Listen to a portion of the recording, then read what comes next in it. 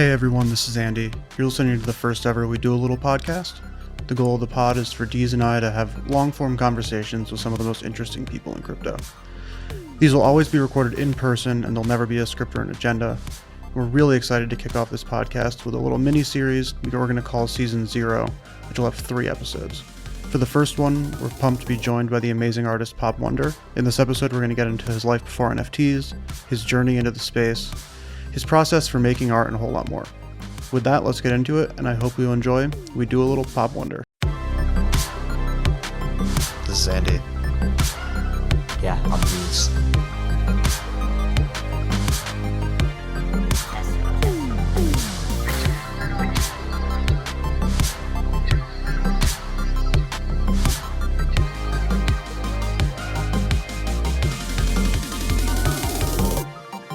All right, welcome to the first ever podcast from the fractional team. What it's called, to be determined, but we're really excited to be here. For those of you who do not know my voice, this is Andy. We're here with Pop Wonder and Deeze. You guys can introduce yourselves, but really excited to be doing this. Yeah, thanks for having me. Pop Wonder here. Yeah, I'm Deeze. Really glad to get the podcast off the ground here. Really thankful to have Pop Wonder here today with us, and really just excited to dive in. Yeah, and I have a feeling it'll be a pretty free-flowing conversation. I don't think we're unbelievably prepared for this, but I'm pretty confident that we can shoot the shit for a couple hours. And No, we're always prepared to shoot the shit. Yeah. But yeah, I guess for those who are not as familiar with your work, it'd be cool to just give them a little bit of background of how you got into the NFT space and what you were doing and all that. Yeah, totally. I've been kind of into drawing my whole life, but when I was in middle school, I started playing music. So I started playing bass in bands, and that's basically what I focused on my whole life and career up until 2020, when the pandemic happened and all my tours got canceled. I played in a band called the Portland Cello Project, and I also played a bunch of other bands around town, and we were ready to go out on the road for several months out of 2020, and it all just got canceled at once, obviously. So at that point in time, I had already been doing graphic design for bands, mostly making posters, mostly logos and things like that. And then when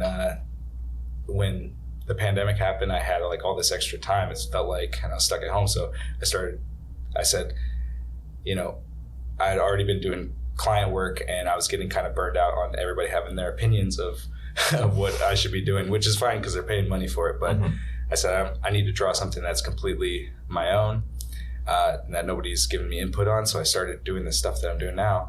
And after about a year of that, my friend texted me one day and was like, hey, this is what's happening. This is, you can do this. I think your artwork is perfect for it. And I didn't even think twice about it. I was like, yeah, this is amazing. I started going on Super Rare. I started going on OpenSea, and I was my heart just started racing. I was like, oh my God. And I was looking, and I saw Killer Acid was selling stuff and these other people. And I was like, okay, well, it's not just astronauts. And, Yeah, no, a lot of astronauts and 3D stuff and whatever. It's there's also illustrators doing it, and people that do lowbrow art, and people that do, and that's basically what I was doing. So put some stuff up and, sold a couple pieces right away, which gave me a lot of confidence. But then there was a long period of time after that where I didn't, but I just kept on pushing through, and at the same time, the NFT space started becoming a little bit more mainstream, and a lot more artists and collectors started getting into it. So ended up here. So for the people who don't know, you're kind of known for the little green guy. Yeah. He's kind of in my head, the iconic Pop Wonder character. Yeah. Did you have the idea for him before 2020? Or when you sat down in 2020, did he kind of come out? Yeah, it just kind of came out because if you go all the way down to the bottom of my Instagram, you can see how it started. They were kind of some of them were pink, some were yellow. They had a little bit shorter noses. They had tails. If you go down and look, you can see the evolution. Yeah, and then eventually, after a few months, they kind of evolved to where they are now, and since then I've kind of stuck with it and made that almost, they're always pretty much in every piece, and they're called poplins, and they're a race of aliens who kind of seem like they're running the show, but but they also get into sticky situations sometimes and get get eaten by giant wrinkly monsters or whatever. Or spa time, they're just chilling in a monster's head smoking. Yeah. So it's like basically them plus like these crazy monsters and aliens and stuff, and sometimes they hang out and get along, and sometimes they don't. And then so do you like, clearly in your head you have like a larger world that you've built with all of this stuff. Do you have like any desire to, outside of the art that you sell, like build that world more publicly, or are you pretty happy to just like kind of disseminate these small little bits and pieces of it in the art? Yeah, I do look at it as like little tiny snapshots, and they're all kind of like little one panel comics, like a story, and you can almost like picture what happened before and what's going to happen after, but it would be really cool to have like an animated series or whatever, build it out more. It's definitely like, as soon as I realized I was kind of building a little world, I was like, okay, I can just like take my time, roll it out, decide, vibe out on whatever's happening, sometimes do a little bit of social commentary in it, but mostly just, like kind of decide what the landscapes are going to look like. And I, like I used to do pattern design, and I would do floral patterns. So I actually spent a lot of hours drawing flowers and stuff like that. And so then at a certain point I was like, why don't I like put some crazy flowers and things like that in here? And that really like, I was like, okay, that's another like, tool in the tool belt for it. But yeah, basically I'm just kind of slowly rolling it out. Nice. Yeah. That's really cool. Yeah. Yeah. I think that's one of the fun things that NFTs kind of allows you to leverage more so than like if you traditionally, like prior to getting NFTs and you're just posting on Instagram and doing this, like you can build some level of following and stuff, but you can't really like, it's way harder to finance like that as a career. Yeah. Whereas like now you're in such a great position where you can continue to like slowly build things out and kind of grow over time with the people who are passionate about this and really like your artwork, to the point where you can eventually be like, hey, I've made enough money from this and like clearly there's a following. Here's why we should make this into a comic book or a mini series or something. Yeah. And like, I feel like it's cool how much more power it kind of gives you to build it out the way that you want to. Yeah, I feel like very grateful that I do get to explore it even more than I imagined, because when I started it, it was like I had no expectations of any commercial success. I figured maybe I'd do a commission every now and again, a couple $100, whatever. And it's just like, basically that was my creative outlet for when I was in between projects or when I felt like just doing something on my own. But now I get to like that's all I do. So yeah, it's a trip. Yeah. Going back, I remember, I think I saw your work in January 2021 or between January and March. Yeah, it was like February 15th was my first mint. Okay, yeah. Somewhere in that quarter one. Sure. But I remember Squat was the one who was like on Twitter, hey, my friend Pop wanted to drop this collection. You guys got to look at this. Yeah, he was huge because, I know him in real life as an acquaintance at the time because we were in the same music scene because he's a musician.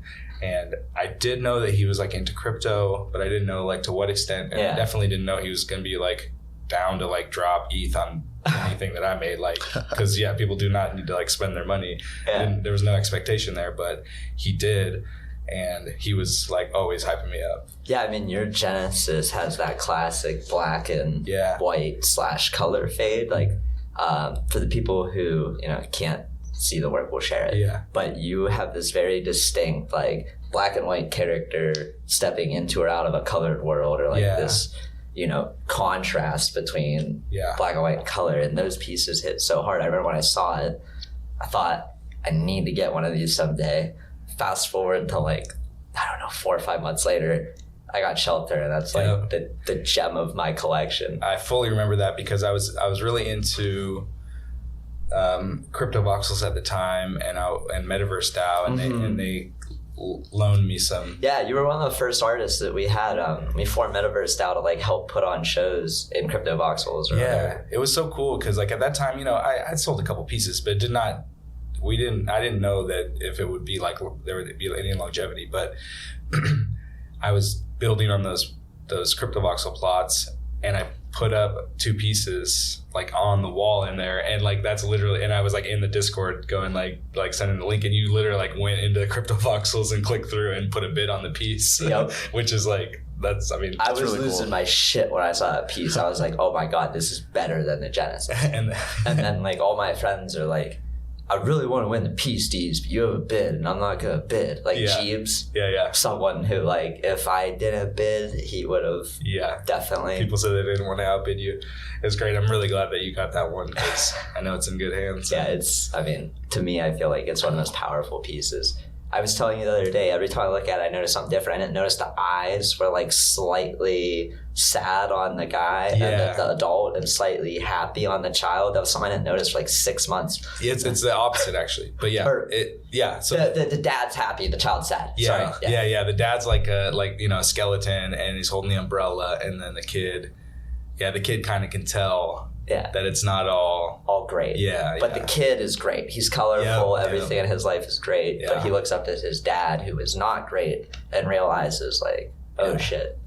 Yeah, I definitely, when I made that one and when I made the Genesis 2, I felt like I was kind of like onto something for sure. Yeah, I feel like you're like tapping into like some like primal parenting. Yeah, because I got a 3-year-old and stuff, and so there's definitely some influence there, and then I also like have been careful because I know that people really resonate with those pieces. I like have been careful to only put out a handful of that style to keep them more rare, because I like that in NFTs, and like, you know, and it makes it interesting. It's like there's for sure, because if every piece is like that, it kind of ruins like how you feel like special about it. When you look at it, you're like, oh wow, this really sticks out. Yeah. When you look at the entire collection of 101s and you see how many are like that, less than 5? 5-ish. Yeah, including the one I did on Super Rare. Yeah. So that was for the people who don't know, you also did the fractional POAP, which is like our favorite POAP by far, and also, you know, according to maybe the person who founded POAP, his favorite POAP. So definitely have made some waves with the POAP. And I just love like all the people in the Discord who are like, yeah, this is our first Pop Wonder. Like we had no chance to get a Pop Wonder. Yeah, it's cool to me because that was my first ever experience with POAP, where like there were secondary sales because people wanted to collect the artwork, which was like really fucking cool. Yeah, when I saw people buying it on secondary, I was like, okay, wow, that's... We didn't expect it. We were like, I think over 10,000 people were eligible to claim the one, because it was like if you basically used our site at any point in the first month, like you were eligible to claim it. And it was still like some people were paying 0.1 ETH. I think the first one sold for like 1 ETH. I was like, what? And then very quickly people were like, wait. Yeah, and people for weeks were like, is it too late to get that? Yeah, people still come into the Discord and they say like, is the POAP available? And it's like, no, that was pretty much done on August 26th. It was a year ago. But it's just been like a crazy... I think for me, I didn't realize how attached people were to the POAPs or how much people would try to get them. But seeing people come in months later and be like, hey, is there a way I can get this? Yeah. It's like, wow, this really like resonates with people. Yeah, it's cool. It's also, I think, one of the only POAPs I have in a gallery. Yeah. Right. Yeah, most of them are pretty low effort, to be honest. But yeah, POAP's really cool. The whole idea of being able to like snapshot these points in time of things that you were participating in. Yeah. It's like so interesting to me, like to be able to look back. I've done like a pretty bad job of actually like organizing. I'm proud of mine. Yeah. It's like I will pull it out and proudly show it off. Right. I think like the POAP app is great. I think the website's not great, but the app is perfect. And it's like every month I have stuff in here going back all the way to 2020. I know. It's so cool to look back. And I think that that's going to be a huge part of this whole scene, especially for, you know, events, music events, things like this. You know, there's certain artists, and I kind of slacked. I should have one for, you know, at least like 50 or something for if you run into me during this. But like Bare Brains, my homie, he's always got one. Like whenever I see him, I've seen him now like 4 times at these events now, and he's always like, claim it, scan it. There's definitely people like that. Yeah. Like G Money was big into that, and he was always like, make sure you get the POAP from me. But it was really cool because he basically like used it to build this network of people who he was like, all right, they've at least come and met me in person somewhere, and like I've had a conversation. And then when he released his Admit One NFT like membership, the only people who could claim it were the people who had those POAPs. Yeah. And so it was like a really cool way to, if you're someone who wants to be cultivating a community and stuff, have like some level of civil resistance where you can say, hey, in order to be able to be a part of this and get it for free, you have to have had a conversation with me and met me in person or done something that I've like deemed worthy of a POAP. Yeah. And you don't even have to, at the time when you're claiming it, you don't have any expectations. And then you come back like a few months later and be like, hey, guess what? Yeah. No, that's the wonderful thing I think about POAPs. I'm curious, like when we get to a place where they are like tickets, because I think a lot of band posters I love, like concert poster looks sick. But then it's like after the concert, I never look at that post. I don't own it physically. Right. But like if I had all the really cool artwork of all the concerts I've been to on my phone, like I would feel really attached to it. Yeah. I'd also probably make a gallery with all the stubs, because you could just make like a big wall on one side where that's like proof of attendance. Yeah. And then it's just everything you've been to, kind of rehashing those experiences. It's like having a scrapbook with all the ticket stubs in it. I mean, I got like basically Ziploc bags now, like full of concert tickets of my whole life. It's like, you know, it's not a new thing. People are kind of. I mean, I saw somebody posted on Twitter the other day, eBay screenshot. Somebody bought a ticket to Kobe Bryant's 81-point game in his last season for like $3,500. Wow. So it's just like the ticket stub to the game. Like they didn't even go. And it's like, had my gears kind of spinning for POAPs and like, what does that look like 10, 20 years down the line? Totally. Like you were at the event where some micro influencer became some macro influencer. Yeah. And, you know, maybe something. Or like some crazy shit went down. Yeah, like you never Everyone got rugged. But now you have a POAP that's like tradable and not just like that ticket stub. Yeah. I'd be scared the ticket stub's fake. Like, yeah. And like for bands or events, like you can be like, oh, well, you have the POAP from the last show. That's a free shirt, or that's a discount on the ticket, or that's a VIP meet and greet or whatever. It's like, I think it'll be huge, especially when there's more tours, which are now finally happening. Yeah, I totally agree. It's like I tend to buy T-shirts at concerts I go to a lot, and so it's like it's great that I have 3 Phoebe Bridgers T-shirts, but like I don't need 3 T-shirts. I'd rather just have POAPs, honestly. And like how often you wear them? Yeah, and they're like serving the same purpose in a lot of ways. It's mostly just like hey, look, I was at this thing. Isn't that cool? Like it's almost like the best way currently for a band or something to be like, hey, I liked this before it was popular, to be like, yeah, I have the tour shirt from 2018. Totally. And like this just is a way more efficient way to do all of that kind of stuff. Great. For me, I have to like go look at when I added them to my Spotify list of songs. It's like, okay, that's when I found them. If they're not on that list, it says, oh, I added them on, June 6, 2018, then I don't know when I found them. Yeah. So as you like made the jump into crypto stuff, you said you mentioned like Super Rare and OpenSea. Like what was your journey kind of like from the point of your friend saying, hey, you should mint NFTs to like actually doing that, and then like getting to the point where you're building voxels where people can go and bid on stuff? How did you kind of like have that progression? Yeah, well, he really helped me out, held my hand through the whole process of setting up a wallet and doing the thing and answering my stupid questions. And when the stuff starts to click and he's like, I'm like, I don't know if this went through. He's like, look on Etherscan. You go and you're like, okay. So it's like, it's just so cut and dry. Like it's either there or it's not. Yeah. And I was like, how do you log into OpenSea? And it's like, no, you just connect your wallet. And I'm like, and I put up like 5 pieces. It really was like a matter of 2 weeks or something before I found out about it and before I had stuff up.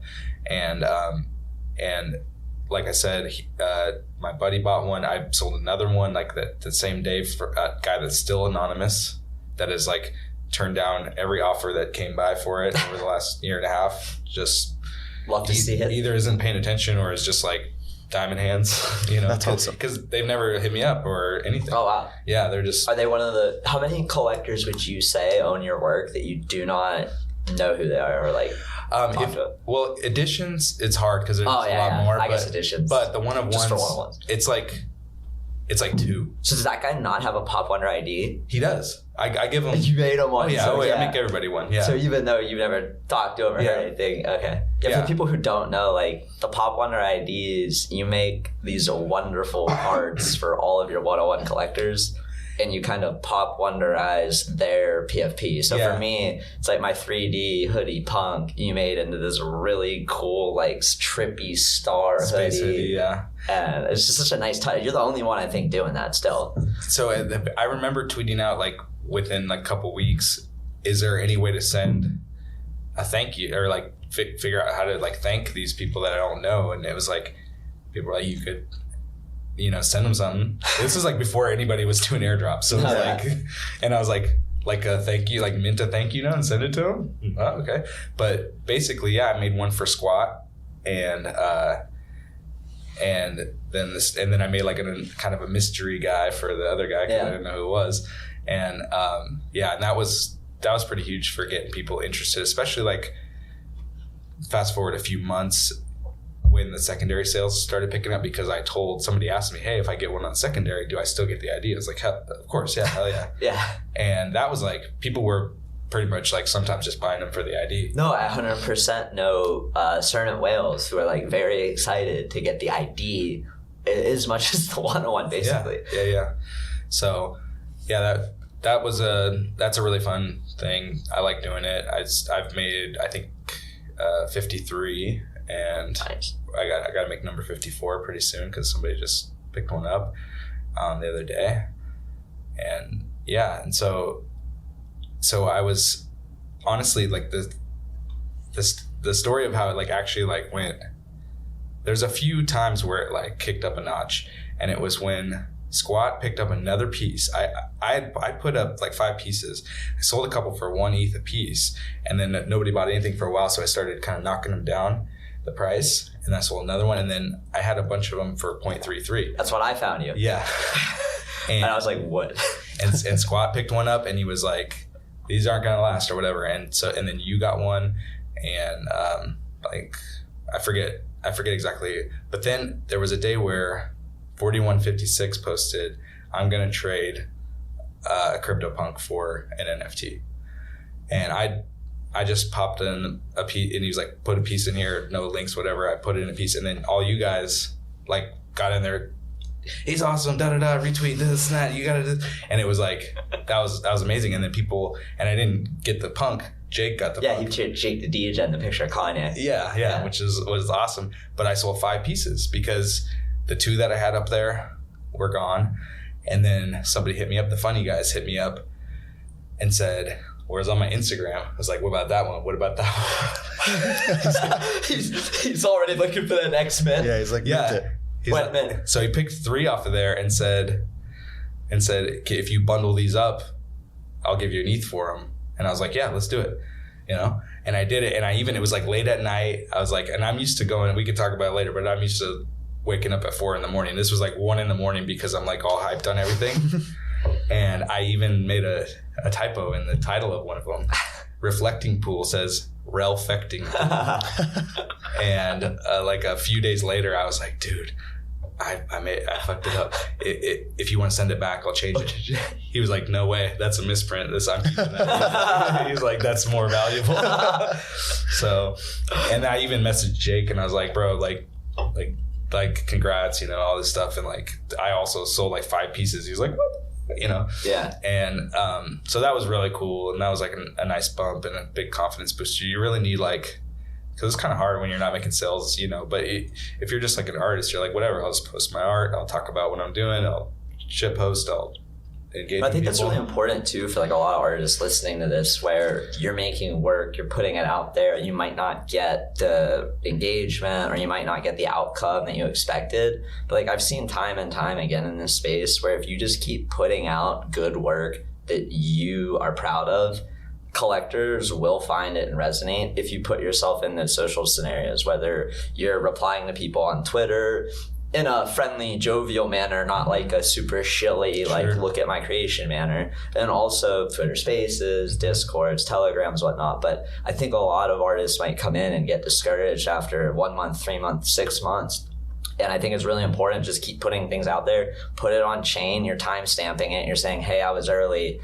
We saw a recent photographer take a piece they put on Foundation last year and it didn't sell. And they turned it into a fractional edition this year and they sold 60 copies of it and it sold out. And it was like, they didn't give up on that piece for a year. They knew that piece was powerful to them and that they just had to figure out a way to resonate, get that piece to resonate with other people. So I think just for like artists listening, definitely if you find yourself putting things out, it doesn't get the attention, you think like, just keep doing it. Yeah. Stay the course. And I had a good position because I was pretty new artist, as far as what I was doing. And I didn't have like a huge Instagram following already. I had a couple thousand followers on Instagram. So it was like, and I was doing client work for not a ton of money. So I didn't have anything to like go back to if it didn't work out. I was just like, this is another thing that I'm doing. And I was still like I was still doing client work and doing other stuff at the same time. But,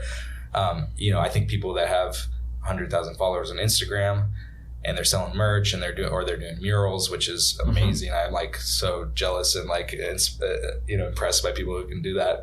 But, they'll spend a couple months or whatever in the space and not make a ton of sales and be like, well, let me just go back to doing that and kind of ignore it.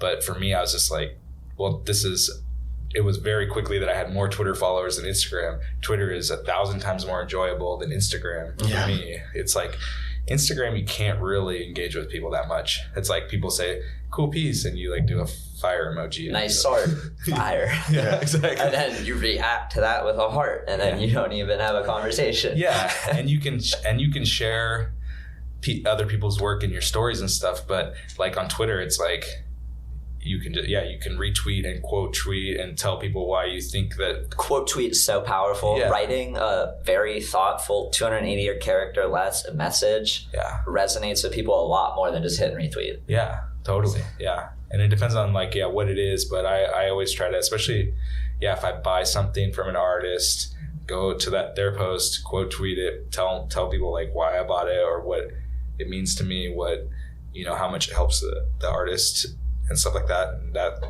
And so especially like last summer when everything was just fucking popping and like including my stuff was like even more like hyped up because everybody was just finding out about that's crazy. Yeah, and I could just like change people's whole week with a tweet. I was like doing as much as possible. Yeah. I mean, you've introduced me into a few artists. So like Lurk is a great example where you were sharing some of Lurk's early editions. I looked at these. I was like, oh, holy shit! Like these stick out. Wooden Cyclops. Doing the collabs with him. Yep. And it was like, oh wow. And then seeing the other artists do the collabs with Wooden Cyclops, I was like, wow, this is like a 30 artist. Awesome collab pit I need to go down. If you go to the Skinned Alive collection and Ghost Club, basically, you're good. Yeah. That's like everybody. Like, especially the Skinned Alive collection. I mean, he's so dope. And I was a fan of his before we even met each other and things like that. And and a lot of people were, and so when he like reaches out, and he's like such a cool, humble guy, when he reaches out to people, they're like, yeah, fuck, of course. Yeah, I mean, it's like, when you and Killer Acid were both doing collabs with him, I was like, this guy's legit. Like, you guys wouldn't both work with this guy if he wasn't legit. Yeah. And I got to meet him in Minnesota. Very cool. Oh, yeah, right. Yeah. That was really nice. Mm-hmm, totally. Yeah. He's here. We've been hanging. If you come to the Super Rare, thing, I'll try it, because his work is being displayed as well. So that gallery seems awesome. Yeah, I haven't been there yet, so excited to see it. Yeah. One thing I think is I realized early about you is that you're one of the few artists I thought who's like doing editions in a more thoughtful way. Like I saw a bunch of artists put out editions, but it didn't seem as thoughtful as yours. What I really liked about yours is how you were engaging with like the NFTs you owned and then engaging with those communities. Like early on, the Gutter Cat Gang is what I think of as one of the first editions I bought of yours. But you were like, yo, I'm a badass artist. And I love the art for this community, so I'm going to make my own spin on it. And I felt like that was a really unique way to kind of break into those communities and get their attention. Like, oh, hey, look at these sweet Gutter Cat, like the third eye Gutter Cat gang. It was like my first edition. Yeah, when I did my first edition, that was another like moment where I knew that I was like, okay, this is something that's possible to do. Mm-hmm. But I made the piece Head in the Metaverse, and it's way different than like almost everything else that I've ever done. There's literally, it's not even like the comic book halftones and stuff. It's like the only piece that doesn't have that. Yeah. And I was like, okay, so this definitely, I really wanted to make it because I thought of the idea and I made it and I loved it. But I was like, it definitely can't just be a one of one in Pop Wonder World. It's too different. Mm-hmm. There's a human in it. Yeah, there's no there's no Poplin. Yeah. Dudes on the couch vibing, heads in the metaverse. Yeah.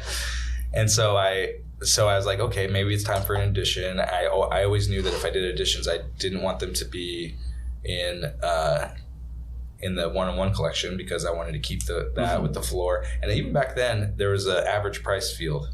Yeah. Mm-hmm. So it was like the average price of all the sales. And so if I started selling for 0.05, it would just tank everything. And that's very smart because there are artists, I still know there are some today, but back then, where you would click on their thing and you would see average price like 0.03. And you think to yourself like, oh, these all must be editions. Yeah. Like when you're looking at it. And then you click one like 12 down and you're like, wait, this is a 101. Yeah. Like, why is this 0.06?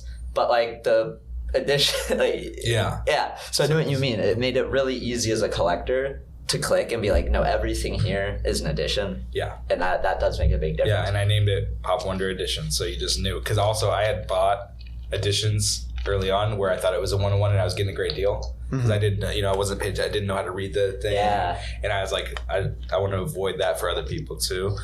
And so I want to make it clear that they were editions. And and then I minted Gutter Cat Gang on day one. And I didn't even know that they were like, you got the rights to do derivative artworks.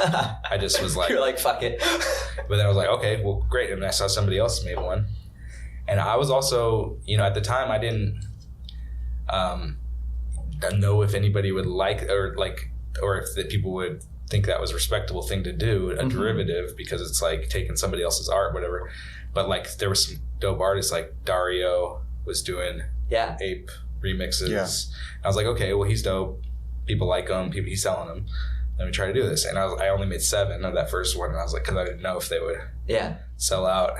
And I even said, like, it might even be in the description, like, derivative can be a dirty word in the art scene, because if you, his work is derivative, it's like, but I put those up and they were gone like that. It was a no-brainer for me. Yeah. And then I was like, okay, great. And the other thing is, I really like the Gutter Cats.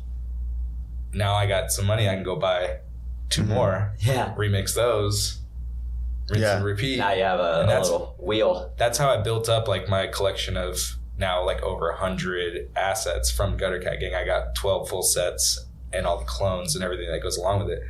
And it was from early, the first like maybe 6 or 7 of them was from basically rolling the additions back into getting new cats and stuff like that. So that's cool. Yeah. Yeah, it's a good point about the derivative thing. I was thinking about that, like when you said it, about how I feel like we need a new word for derivatives because it like you're saying, it sounds dirty. Yeah. But like it really shouldn't be. Yeah. And so I feel like we need to figure out a new word for like, this was inspired by. Inspiration. Well, that's why it's all of mine are labeled as Pop Wonder Remix. Yeah. Yeah, I call them remix is a nice word. Yeah. And then the number and everything. And then I put in the description when I bought it, when I remixed it, all this stuff. Yeah. Yeah. That's cool. Yeah. But yeah, I feel like it's just not the right word for what we're doing. Totally. Yeah. Well, I think derivative and I think funk, zunk, McGoblin burger shit. Like I don't think of like actual like art. Yeah, right. When I hear derivative in this case. Yeah. And I even did some other PFPs and stuff that I had, and people dig it. And I would usually do those pretty low editions. And then if I did like a one that was more of like a Pop Wonder World vibe, I would do a larger edition. And then people could get a little taste of that without having to spend, double digits ETH. Yeah. Yeah. No, for sure. I mean, and then building off of, the one-on-ones and editions, you recently dropped as a part of the homework team. Yes. 4,777. Mm-hmm. Like generative music plus art project on Async. Yeah.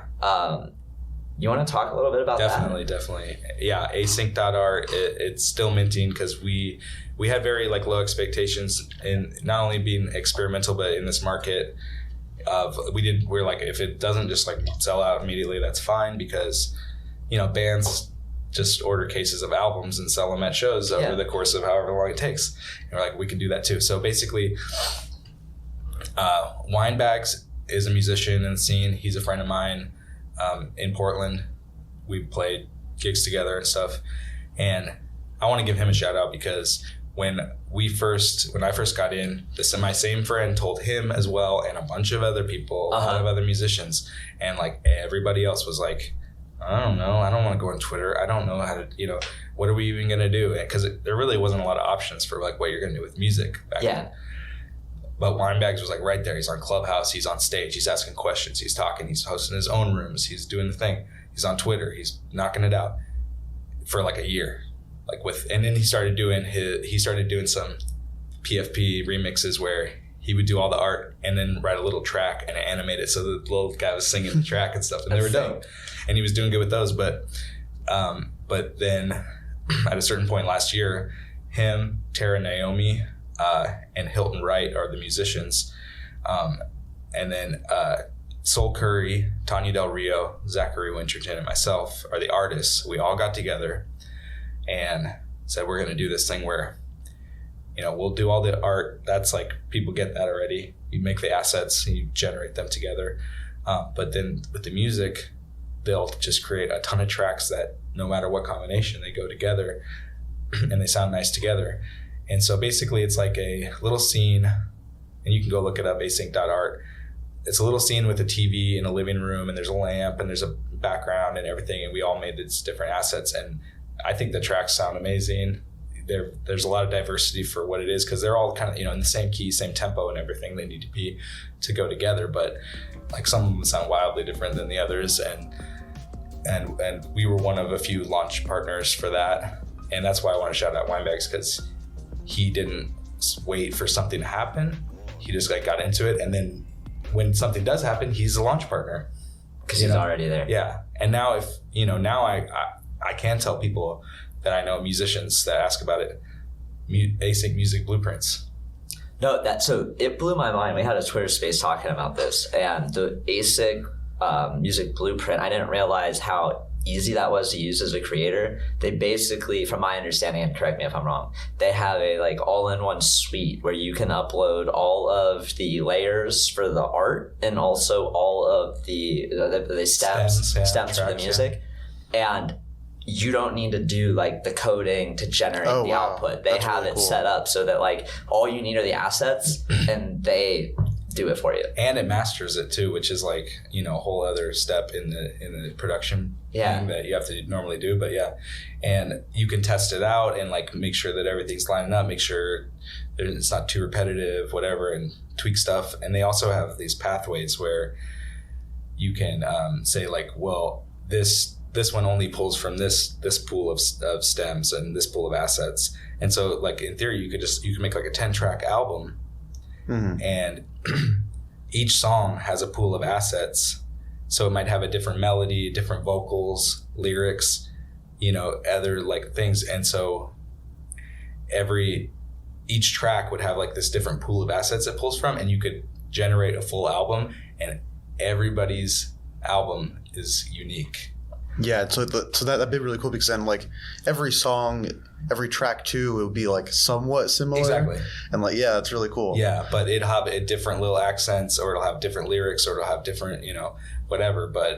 And so everybody has a different album, but it's basically kind of like the same vibe. And you can tell it's the same band, same songs and everything, but just a little bit different. Another cool thing too about the homework one was I didn't realize that the actual artistic trait influenced the sound. Like certain traits have certain sounds. Like for me, the one I remember the most was the 8-bit TV screen kind of played like a more like older video game type jingle. Yeah. And then there was a Mortal Kombat screen where there was some dialogue about fighting. Yeah. It's like the round one fight kind of thing. Yeah. So each visual asset is tied directly to the audio, and for the most part, we got all the music first. Mm-hmm. And so they just basically made these spreadsheets, and it was like, here's what I have to do. And then I could click on it and listen to it. Be like, okay, draw something. And some of them are just like literally a shaker, like, yeah. Mm-hmm. So it's like, because on this space, I remember trying to like guess, hey, play, 210. And then like, oh, did you hear, the Boney McBoners or whatever his name was? Yeah. Like, what was that noise? Right. And it was like trying to guess the noise for the art. It was really fun because it was fun, like, I didn't know it. There were some that were really obvious, like Mortal Kombat. Yeah. Clearly Mortal Kombat. But then other ones, you're like, what is that faint? Totally. Thing? Yeah. And like there's dog barking, cat meowing, and obviously that's going to be kind of literal. But then there's just like a shaker or a weird string pad, and then we can do something a little more abstract. Yeah. That was super fun to work on, and all those people are great. Like we would get on meetings and just like have a good time. And it seemed like that from the Twitter space. Yeah. Everybody's chiming in, like super free flowing discourse, like very good vibes. Yeah. And then a few other spaces started talking about it, and like saw Tessera come up on a few. Think Bags joined another one later on, but I think it's smart too what you did of just having it there, because it creates this low entry into all your artist ecosystems anytime someone finds it. Yeah. And also like for me, there's certain nights where I'm just like a little high, a little bored. I'm like, let me see if I can get one of those legendaries, and like mint one, reveal, shit, no legendary, come back a couple of days. Like that's what I did with Squiggles, and that's how I ended up with over 50 of them, because they were available for over a month. And you just like get high, shoot off a thing at 10 Gwei, play a game of League, wait to hear the MetaMask ding, and then like, oh shit, let me check, look, and then go back to what you were doing. Like we got too big too fast, and everything evolved into, if there isn't Gwei over 1,000 from when the first mint to the last mint happens, then this project was a failure. And it's like, no, that's not where we need to be. Like it's also super not healthy. Like it's horrible. Right, like like the Bored Ape mint, we're like, oh, we're just gonna burn $100 million in gas because like hype. I know. So, we had a lot of conversations about like in this market we cannot expect, and also we grew our Twitter and our thing very organically. We didn't pump anything up. We didn't buy any followers. We didn't pay anybody to talk about us. None of that stuff. So we just knew, like, being a launch partner in one of the second ever project on Music Blueprints, that hopefully throughout the years people will be like, oh, like let's mint this like very early Music Blueprints project. 100%. Yeah, that's great. And so are there any other like weird, not necessarily weird, but more experimental stuff like that you're kind of excited to spend more time on over the years? I would like to do something on, if not Music Blueprints, their regular Blueprints thing, like kind of like Grifters. Yeah. Because that's only like 666. So I wouldn't do 10,000 or even 5,000 or anything like that. I would do maybe 420 poplets. Yeah, maybe that. Yeah, or like 1,000 max maybe or something. So, but being a musician myself, even though I'm more of like a hired gun bass player, but I can still mess around in Logic and make some stuff or bring other people, to help. It does make sense for me to do a music-based one. Yeah, I was going to ask, have you put any of your own music into any NFTs yet? No, I did like sound design basically for one of the animated ones that's... I forget what it's called. Echoes. Yeah. It's the only animated piece in Pop Wonder World, and it's owned by Duke. He picked that up earlier this year. But yeah, I did like... But it's not music. It's more like sounds and stuff. But yeah, no, I'm just like not really like a producer. I'm like more of like, I'll learn your whole set of music and go to the gig and show up and carry all my heavy ass gear and set it up and play. Literally like the mercenary basically, like you said that. But I definitely like messing around and making tracks and stuff. So I think I really am. That's like, out of all the things, it's probably the most likely is to do a Music Blueprints thing. That's all me. Because then I think people would be stoked on it and it would go well. Yeah, it'd be really cool. Going back a little bit, you touched on 1 a.m. being late for you. Yeah. And then your routine normally starts early in the morning. Yeah. I have a mug from you. Yeah. That has nug and a mug, and it says 4:20 a.m. Yeah, the 4:20 a.m. club. And that, when I talked to you about it, you literally told me like, yeah, I wake up and like create that early. Like, what does your creative schedule and process look like on like an average day in the life? Yeah, and I actually plan on getting back to that because I've taken a little bit of time off, and I've been waking up at like 6:30, so I've been sleeping in. Whoa, 6:30. I'm like going to bed at 6. Yeah, well, I got a kid, so yeah, that's right. But yeah, so that started from having a kid that was at the time when I started it 6 months old, and I was like waking up, you hear her crying. And you get up, and then it's the next 13 hours is like just nonstop. Mm-hmm. So I was like, I gotta like get up. And I'd also been hearing about the benefits of doing that, and the way that your creativity works when you haven't made any decisions for the day and stuff like that. And so I started getting up at 4, and immediately I was like, oh, this is great and I'd smoke a little weed. That's where the 4:20 a.m. club. And honestly, like most of the mugs that I've sold has been because of you posting it, because like I barely sold like any, like that one like got so many more likes on my design Instagram page than anything else. And I like literally sold none. That just goes to show you what Instagram does for you. It's like nothing. But yeah, it's like your posts sell way more than that. But every time I post the mug, it's like, where do I get this? Yeah. Pop one at a time. But anyway. Yeah. So you're up at 4. So I'd get up, and I'd literally be like, I'd have all my stuff set up. I'd put my coffee on like drip coffee thing on a timer so that it was like ready. And that was actually motivation too, because I'd like wake up to my alarm and be like, if I go back to sleep right now, that coffee is just gonna like sit there for 2 hours and then turn it off. Yeah, exactly. I was like, I gotta go get my coffee. Yeah. So I go down there, and like as I'm walking down the stairs, I'd be like just thinking of like weird shit and like the composition in my head a little bit, and I'd get my coffee, smoke a little weed, and then I would just basically start scribbling and like, and at the beginning I was also doing like, okay, I gotta make this logo for this person, but having like 2 hours completely uninterrupted where because you really gotta get like 45 minutes in to without having any interruptions and stuff like that, no phone, no nothing, before you like start hitting the flow state. And that's where it's all about. And so a lot of the time after 2 hours of doing that, I would be like, this is like 8 hours of work on a normal day in 2 hours. I was like, this is amazing. And that's where I came up with like a lot of my weird ideas, and I truly think it is from waking up that early and just kind of being like half awake, and also having nobody bugging me. So what time would you normally go to bed if you're waking up? Yeah, that's 4? What I was going to ask. Like 8? I would get minimum 6 hours is what I would be shooting for. So, yeah, but try to get it in bed by 9. And then for a while, for about 6 weeks, I was getting up at 3.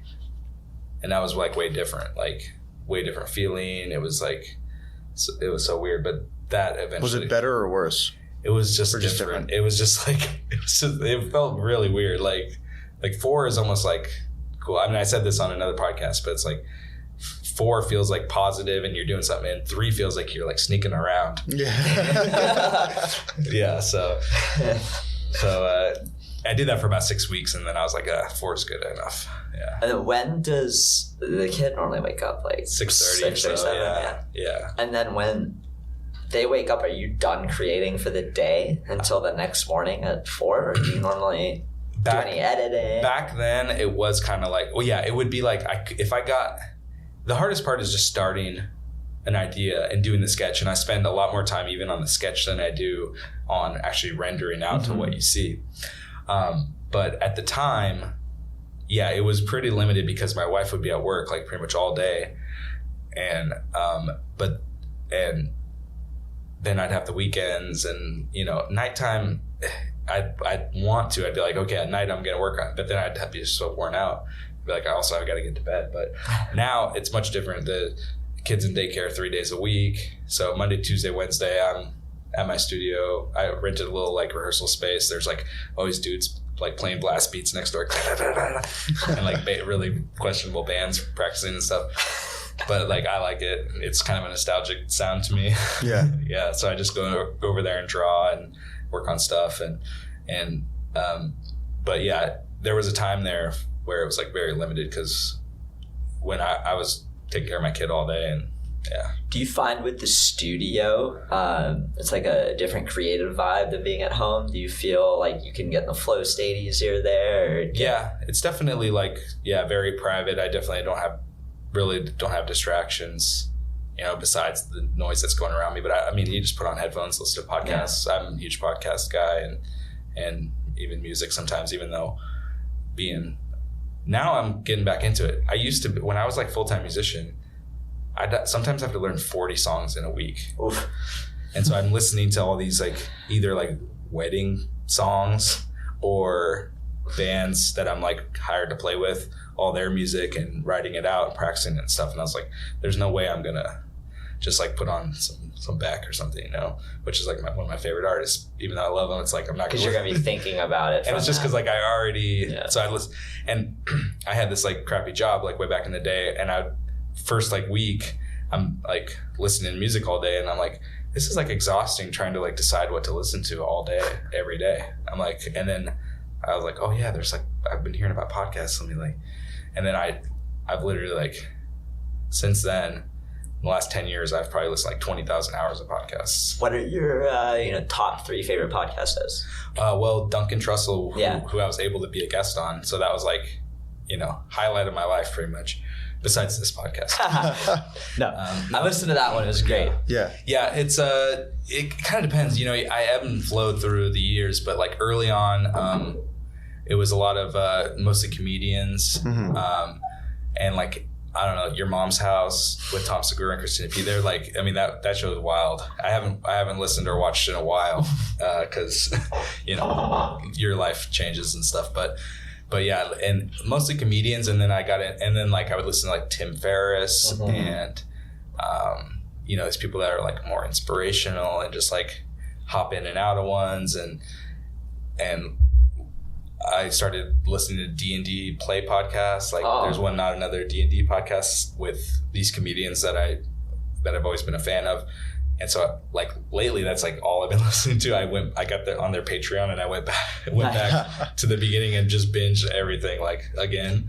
It's crazy how good like D&D plays like content is in general. So fun. Yeah, it's like the Twitch streams, video, podcasts are all like really, really entertaining as long as you have people who are like a little bit funny at least and happy to get into character and just kind of do it. Yeah, it's usually always comedians the ones that I listen to. There's one I listened to back in the day called Nerd Poker. I can't find it anymore. I think they like took it off for some reason. But yeah, because you're literally like listening to them create a story and they're BSing a little bit and you're learning about the game, which is very interesting. I've never played it. I've played like, different kind of RPGs, like video game kind of things before. So you get all the references and stuff. But at the time when I made my first super rare piece that you got with all the dudes,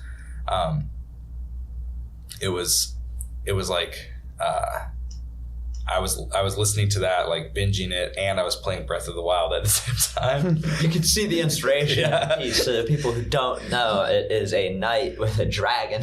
Yeah, it's basically like this weird like skeleton wizard Poplin showing the future to a little kind of Link-esque guy Poplin that has like a wooden sword, but he's like showing like level 1. Yeah, level 1 exactly. And he's showing the kind of the future of and then the Poplin is a big knight fighting a dragon, and it's called You Will Be Great. And that one definitely was inspired by everything I was listening to and playing at the time. I remember talking to you about that one on Space and just being like, this is like... That was cool because I was on my first day of a tour and we had just pulled up, literally like pulling up in the alleyway of the venue, and the auction ended, and it was like amazing, auction. And, I'm sitting there with all my bandmates, like, the group of friends that we bought that together, it's 9 of us. Yeah. That's the group of friends when I first saw your work and I bought Sneaker Wave. Yeah. I told them, hey, I want to buy more, but I linked them the collection and said, hey, like, look at this, because if not, like, I feel like I should buy more. Yeah. And then, like, within a couple of days, they were gone. Yep. I don't remember if Bobby, Jeeves. It was, Big Nay maybe got one. It was, no, it was actually, like, Bigley. Oh, Bigley bags. Yeah. Yeah. And I think Bobby. But I feel like Bobby got one a little bit later, but I don't remember. It's hard for me. I could look. yeah, you gotta look at the chain. Oh, that's why we have the chain. Yeah. We got the provenance all there. We don't even need to remember it. It's like we just go look. Yeah, and it was that was such a huge day when you guys all picked those up. That was fun. I remember when your Super Rare Genesis came out, I was like, okay, it's a no-brainer. Like, we need to make a multi-sig and just buy this for the group. Yeah. It's like, I posted it up and I set it like fairly high reserve, for 10. And I was like, who knows what's going to happen? And it was like immediately Deeze. So. Yeah, we knew what we were doing. Yeah. Yeah. No, and then, so what? There's another piece on Super Rare. How many Super Rare pieces are there now? There's 4. 4, okay. Yeah. Wow, I've been slacking. How do you decide when you mint something, I want to sell it on OpenSea, I want to sell it on Super Rare, I want to sell it somewhere else? Well, the OpenSea collection that's called Pop Wonder World is capped off at 40. Okay. And they were all from 2021. So the last one was literally on December 31st. And so now any one that I do is going on Super Rare. And I haven't done an edition in a long time, but I think it's a good time to knock one out. And so I'll probably, that'll probably be coming fairly soon. But for now, I'm pretty much doing like 1 per month on Super Rare. Okay. Yeah, nice. I plan on doing about 10 throughout the year. Nice. Yeah. When you say that, and you don't have to say this, but like out of those 6 that are remaining, do you have the ideas for them in your head, or are they like very free flowing? Like you might wake up tomorrow and just 180 be like, no, this is the new. No, yeah, it's definitely very spontaneous. Yeah. And the last one I did was a little bit of social commentary. This is fine. It was like right when shit was just this is not fine. Yeah. But it's basically like some poplins in like a lava hot tub in a wasteland, but they're drinking wine and having a good time, which is kind of like what we're doing right now. Yeah. That's called the NFT NYC. Exactly. Drinking water. So I kind of knew like, I don't know, like Joyride is the second one, and it's just a big wrinkly monster in a poplin, which is like half of my pieces. Yeah. And that was just like, just a fun one. But I kind of knew at the time when I had made that last one, it's like, I can't just ignore everything that's going on. Yeah. Mm-hmm. Yeah. And also, like a lot of, art in general, it's like you want to have a message and you want to have a story or like some sort of commentary on something. How much do you think about that when you're doing stuff? Like obviously for this one you did, do you like, I have no idea how political you are or like environmentally aware you are or anything. Like how much do you think about like as you become more popular and have more influence, like do you feel like you have a bit of a like desire or like responsibility to push some sort of message, or do you just want to make art that you like? Yeah, I do want to have like a message in at least some of the pieces. And it's not usually, it's more just like human nature stuff than it is like political or anything like that. But it's mostly the human nature, emotions, life and death. I really like dichotomies like that, and I like cognitive dissonance as well, where you like, oh, this kind of like can mean this, but it can also mean this totally opposite thing. I like kind of weird things that make you think a little bit, and like I said, that make you say like, well, what the hell happened right before this to get to this situation? Yeah. Kind of thing. Yeah. Like Sneaker Wave, Poplin's floating in his wallet. Yeah. It's empty in an ocean. Yeah. Did you like buy a pair of shoes that was expensive right before you did that? Yeah, no. It was like a nice drop that like you didn't win the sneakers raffle for. Right. You're just looking on StockX and you're like, I feel like this. Yeah. No, that one in particular, I do like when the poplins get in trouble and like get in a sticky situation. So that one was basically like, and a lot of the pieces, like I said, are like a big wrinkly monster and a poplin. And it's like, what are they doing? They're either hanging out, having a good time, or he's about to get eaten or whatever. But yeah, that one was like, that was definitely one of those ones where it's like, I remember like walking down the stairs and like close my eyes and like imagining it, you know? Yeah. And the wave is very like happy, like, and like, you know, goofy looking, and it's like happy to fuck up the pop. Yeah, very totally. No, I always thought it just reminded me so much of like spending money on sneakers and being like, damn, like that was a lot of money for shoes. Yeah. Yeah, I was looking like when Tom Sachs started doing all of his NFT stuff, I was looking at Mars Yards. I've always wanted a pair, and I looked, and I was just like, I don't know if I can rationalize like 4 Ethereum for a pair of sneakers. No, yeah, there's a level I'm never going to. Yeah. I'm wearing Vans right now. That's like my favorite. So how much do you at all miss like touring and doing, I mean, now you're doing music stuff again, but with NFTs, like I know there's definitely a very like emotional and like weird part of touring where you're just with your friends all the time and doing stuff. How much do you miss that, or do you? Well, I got to do it in March for a couple of weeks and in April for a couple of weeks, and it was great. It's a lot more work than I remember it being. Like it takes a lot more time. I remember still getting up at 4 a.m. back in the day on tour in the hotel, and I was like, we're getting back into these. This time it was like back then we would do like some East Coast runs, and those are like, oh yeah, the next venue is an hour and a half away. We're doing Montana where it's like, okay, we're going to drive for 8 hours tomorrow. And I did the sketch for Joyride in the van, but then I started to do the line work, and it's like, no way. But I was like, kind of like, I'm not drawing in the van. I'm not getting up at 4. So I didn't do like a ton of drawing, but I loved doing it. The people that I go on tour with this band there's like 10 of us on the road, and they're amazing. And we're like a family. Everybody's so cool. And, I just remember like, you know, we play like usually 500 to 1,000 seat theaters or smaller venues, but just at the last, you know, like we have our encore and it's really high energy, and the last thing and the lights are flashing and I'm closing my eyes and I'm just like playing that last note, and I'm just like, oh, this is the shit. Like it really is like I had a bit of an emotional moment then, going like, oh, I'm so glad I'm back doing this. And really that's like the level that I want to be at with music, like at a minimum, you know. Like I also did a lot of gigs I didn't want to do back in the day, and now I don't have to do this anymore. Yeah. And because it's a lot of work, and I get like it's underpaid because the venue doesn't pay the band all that much if you're just like playing at like a bar on a Friday night. So it's like you would do several hours of prep and load your gear and be out of the house all night and do a show, and then load your gear again and get home and load your gear into the house or the studio and all that stuff for $100. Like, damn. Yeah.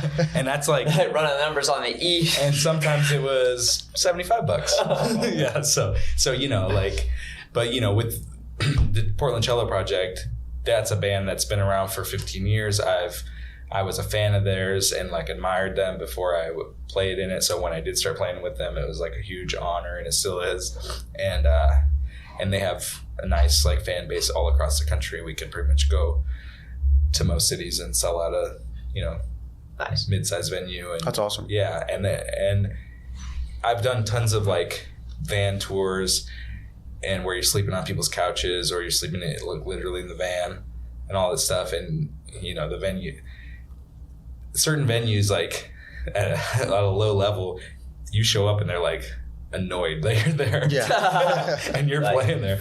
We gotta work. With Cello Project, it's like we have a nice like Sprinter van that we use, stay in decent hotels. If we're gonna be there sometimes we'll be there for like 7 hours and we just stay at whatever motel. It's fine. Yeah. You know, and when we get to the venues, they're always very nice. Come over this way. Here's the green room. Here's all the shit. Here's the food. How you guys doing? Yeah. Here's the Wi-Fi password. Here's the thing. Wi-Fi is critical. Yeah. Yeah. So, you know, being able to do that still is like great, especially because this band, everybody's a bit older, has stuff going on, families and stuff. We're not trying to tour 8 months out of the year or anything. Just like to knock out a few weeks here, a month here, a couple weeks here. So it's great. Yeah, that's cool. I'm sure the like emotional kind of, I feel like music, like performing music, especially live, is like so much more visceral, like an emotional thing as far as art goes compared to making a piece of one-of-one art and selling it on Super Rare or something. And so I'm sure it's like super hard to recreate kind of in your like new mediums of expression. Totally. I missed it so much, especially right at first. I was used to just like being out, a lot of nights, and like, you're playing also with your friends. So like it's honestly one of the best ways to like make new friends as an adult is being a musician, because you'll like show up to a gig and there's like, oh, this dude's on drums, what's up, dude? Like, and especially a bass player, if we vibe together, groove together, it's like, you're my homie now. Yeah.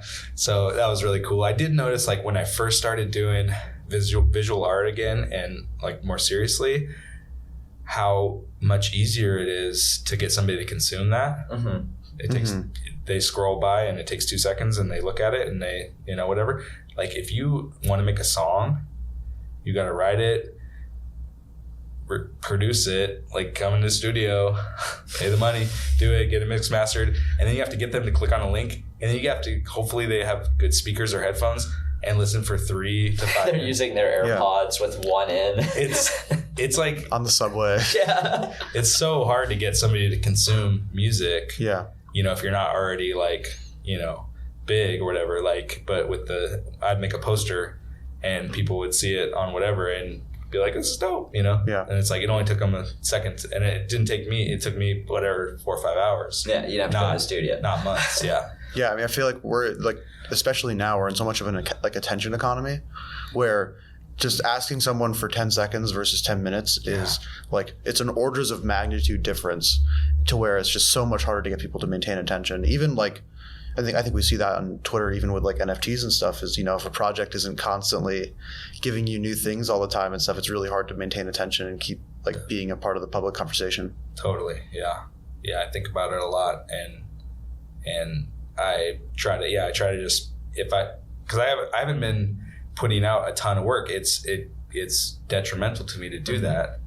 So I got to figure out something else, So for me, it's like talking with people, sharing other people's artwork, sharing old stuff of mine, which I've been doing a lot, but I'm like, hopefully people aren't like, all he does is like repost his old stuff. He's not making anything new, but it's like, well, it's a balance. Yeah, I think most collectors understand like there's a balance of you made phenomenal art in the past that you still need to promote, and then you're still making things in the future. You do care about your supply. You don't want your collectors to feel like you're just minting hundreds of things. Because I could have when last summer when like OpenSea featured me and people, I only made like 7, 8 pieces. Yeah. After that. Yeah, you could have dropped 80 pieces easily. I know. Yeah, you got an addition every couple of days. Yeah, so... Yeah.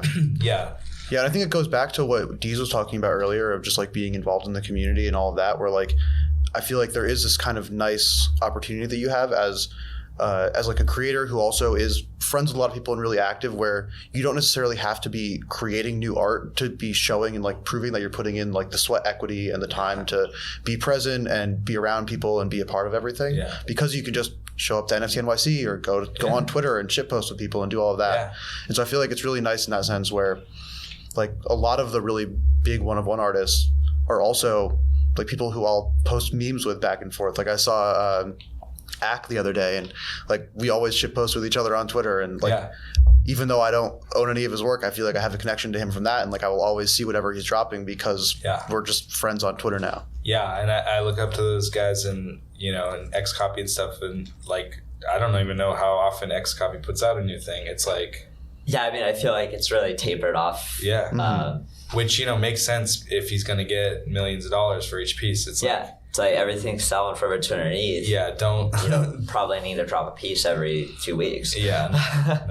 It's a little. It seems a little disrespectful to just like dump all this work out there and just like get all the money. Well, no, and like an Xcopy's thing, he did do the open edition. On Nifty Gateway, which is like 20 million plus bucks. So it's like he's good for his fans, like that's the most inclusive thing you can really get. Is 7,000 edition. Other than that, it's like you're trying to get a grifter maybe. Maybe that's still. But that's like 10 ETH. Yeah. I just have a Afterburn and a Max Payne, and I'm like, yeah, cool. You know, like, yeah, the other stuff definitely seems way out of reach even for me. I remember I got like a 1 out of 27 edition of his for like 1 ETH last summer when like no one was paying attention. I was like, is this real? I messaged him and I asked, I said, is this a scam? And he's like, no, this was on a thing in like 2018. I think it's called like Ratty Cards V2. And it's like a dead site. But the NFT's still alive and well. And it's like, oh my God, like kind of like that. That's but, the power of crypto, right? I thought it was fake because you're just on OpenSea. Like OpenSea's so frustrating. I would love to just type Xcopy and see like anything he is a creator of. Yeah. But instead, like you go to, you know, Xcopy created and you also see like things he minted as a part of his like, because it shows up as like, if you mint art blocks, I think it shows that you created it. Yeah. Or something like that. Yeah. Cause I think the way that they like decide what you created is purely just like an event that's emitted of like who like pressed the mint button basically. And so it's not a perfect science by any means. I saw the video the other day that he posted or something, retweeted or something, but it was somebody that was like back in 2018 was like, hey, I'm making this video. I'm going to buy some crypto art later when I get off work. So like, I'll be back, you know, like, and then he goes and buys like, and he puts in an offer for 0.1, which is like $11 and pays like 3 cents in gas. But the funniest thing to me was that he was like, yeah, so whenever like later on today, I'm going to go pick one of these up. But it was like, these days it's like that shit would be gone. 0.1? Yeah. I mean, it's crazy to think like back then, I've read some interviews with those old artists. It's like they're selling things for 1 ETH. 1 ETH is $200. Yeah. And they're like stoked. Like this is better than Prince. Yeah. And exactly. Then if they held some of the ETH, that went up, you know, 20x plus. Yeah, for me, even when I was already selling on ETH, but I also started doing Tezos because a lot of my friends were doing it, and I remember thinking, dropping something and making like $250 or something, and be like, oh, well, this is better than what I used to do. Just this. Yeah. Tezos is a great thing to mention. You have a very interesting Tezos style where like the Pop Wonder pieces on Tezos are very clearly not the same Pop One character, the same vibe. Yeah. They're more of those like red, yellow, blue figures, like cool animations. Yeah, I used that was very intentional. If you go all the way down to the bottom, you'll see some other stuff, but it's never like Pop Ones, because I knew that if somebody bought something for 1 ETH and then they go over and it's like, you know, people would be like, why is this 30 Tez? Yeah, I paid $4,000. Exactly. So I knew that was a thing. So I was like, let me create this completely different style. But it's kind of like a really simplified style of what I do with Pop Wonderworld, because with Pop Wonderworld I just use cyan, magenta, and yellow and mix them together. And so like the bright green poplin is like solid yellow, little blue dots on top of that turn green when they mix with the yellow. Gotcha. And that's how and then if you step back and look at it, it looks like bright green. So interesting. So that's all I only use those 3 colors plus black. That's really interesting. Did not know that. Yeah. So every one of my pieces is basically 4 layers. Yeah. Nice. And so the CMY series on Tezos is basically just shapes. And so if a pink, which is like magenta, and a cyan, which is like blue, if they overlap, then they make like a dark blue color, and you know, yellow and blue mixed green and stuff like that. So I knew that if I like made animations that moved around and then when they overlapped, they changed colors, that would be cool. And so it's almost like a super simplified version. It's very aesthetically pleasing. Yeah. So what was the inspiration for doing that like 3 color stuff in general? It's just because that's how they used to print those comic books. Oh, okay. And so I basically, my style is like recreating that. So if you look closely, it's the same way that they, you know, did Sunday comics and comic books, except for I blow the dots up like quite a bit more than they would be like in a comic book, because in a comic book they're there as like a illusion to trick your eye, and it kind of works the same way, but I wanted the dots to be a little bit more apparent. But but yeah, so I do that, and then I distress the pieces as well and mess them up. And I go in a lot of it's not every single piece, but a lot of them, if you zoom in and look, I went through and erased the middle of every line that I drew just faintly, because when you printed that thing back in the day, it would like all the ink would go to the edges and it would like leave a little, you know. So like I spent like a lot of hours looking at stuff online. In real life, I have matchbook collection, so I'm looking at the matchbooks like really closely. I'm like, oh yeah, like right at the edge there's just this little faint line around everything, and I redo that in there. And then I took like splattering ink on like paper, and I scuffing up paper and crumpling it up, scanning it, doing all that. And I made my own brushes, and I used some other stuff that I bought. But I go through, and if you look closely on most of them, you'll see little ink splatters and little scuffs. I'll scuff up like each layer of color. I'll scuff up the line work, and I'll even like blur the dots a little bit, because when those dots hit that paper, they wouldn't just sit there. It would spread out a tiny little bit and kind of like feather out the edges a little bit. So you really just like dissected the old analog process and every little bit and piece, and then figured out how to recreate that digitally. Yeah. I've been collecting your work for over a year. I didn't know that. Yeah, that's right. I feel like people should know that more. That's really cool. that whole... That's so interesting. The 4 layers with, the 3 mains in black. I'm just trying to think. Now you just put my mind wide open with this. I already in my head, it's like, all right, we're clipping this. We're going to post a video of this so everyone knows. Totally. Yeah. No, that's crazy. That's really cool. And did you when you started doing this, did you immediately know this was how I want the art to be? Or just as you started making stuff and started thinking about what it was going to be like, did that kind of just come to you? I decided pretty much immediately that I was going to use comic book brushes and print and that whole technique. And it took me a while before I was courageous enough to really fuck it up, because I was I just spent all this time on this. Am I really going to just distress it? Yeah, exactly. But blur it. It helps and it's cool. So, so I use various brushes that I've hobbled together from different kits and stuff like that. And when I first started my Instagram, I had already been following dope artists like Boss Dog. Boss Dog is to me like Killer Acid is to you. Nice. I got when I flew in, I was literally head to toe. These socks, the shirt I was wearing underneath, everything. Nice. And all these other artists, great illustrators, amazing designers, and people who made merch and stuff. And the one thing I noticed is that their pages were very cohesive, and that you could just scroll down their whole thing and it's bam, that's them. And every time a piece of theirs came up, it was obvious it's them. And I was wow, I want that. But I don't want to manufacture it. So I'm what am I actually really into? And I I was never a really big comic book guy, but I was comics, the Sunday comics, and cartoons mostly. It was so Saturday morning cartoons and shit like that. And that was kind of what I always drew, cartoony stuff. And then I realized with this comic book printing thing, you have a kind of a built-in color palette, and that's also important for a cohesive look. So I just started doing that and making sure that, and I did every piece of mine square, which is another thing that translated nicely into NFTs. They display nicely in the thumbnails. Yeah. And they also just, it looks cohesive on the whole collection. And I just knew that I was going to it's going to be aliens. I like aliens and mushrooms and synthesizers.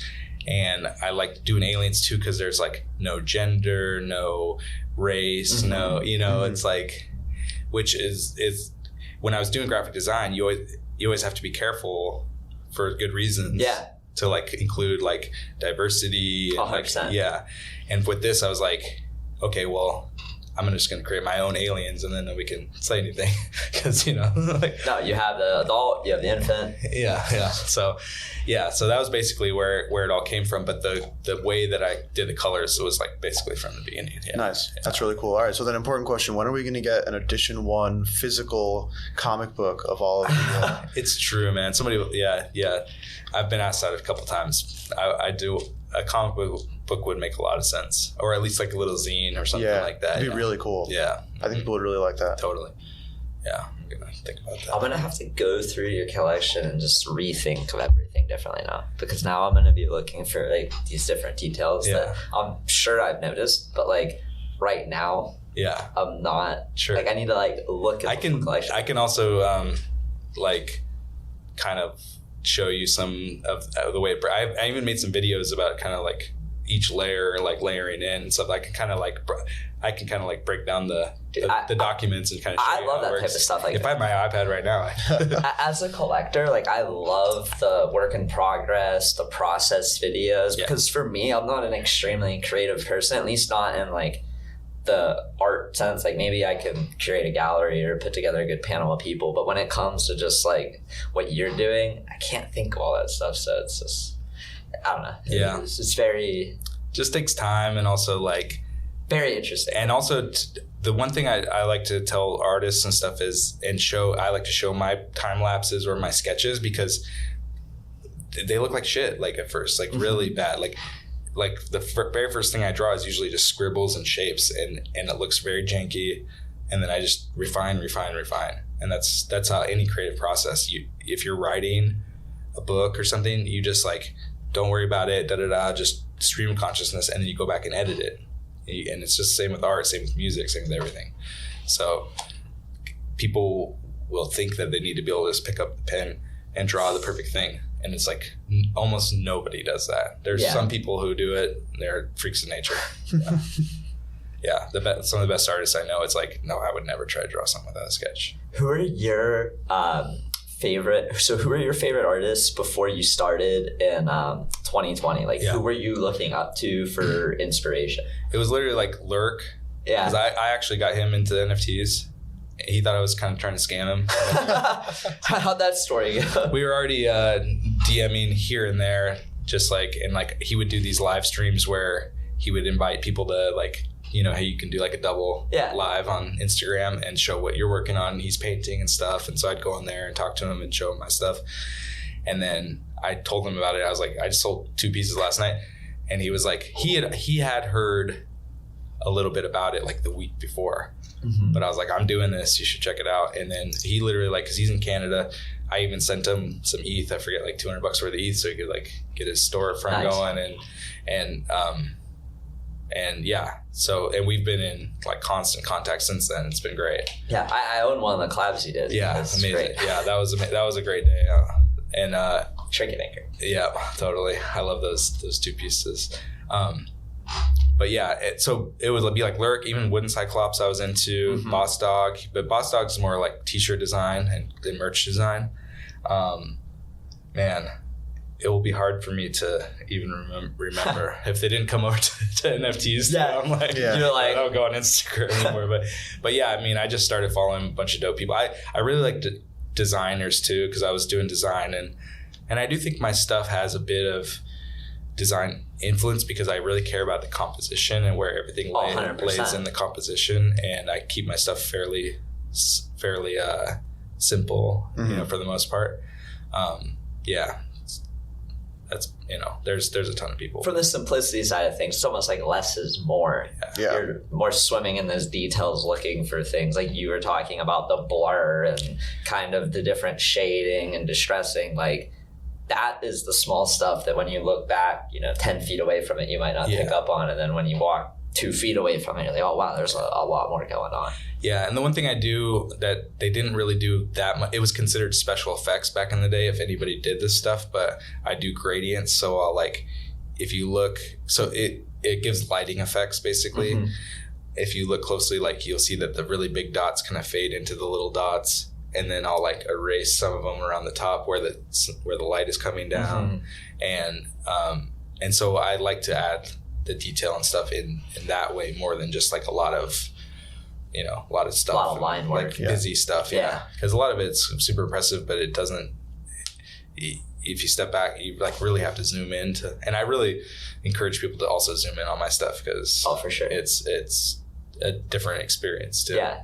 When I first posted Welcome Back, the Genesis piece on Reddit, and it got like I never got any traction on Reddit. And I literally, like, before I went to bed, just like posted it, and like woke up in the morning and had like 25,000 upvotes. And one of the guys was in there going, "You can't convince me that this isn't a screen print, that you didn't like da-da-da." And I was like, "It's 100% digital." He's like, "No, you definitely like printed this out." And it's like, dude, you know how much more work that would have been?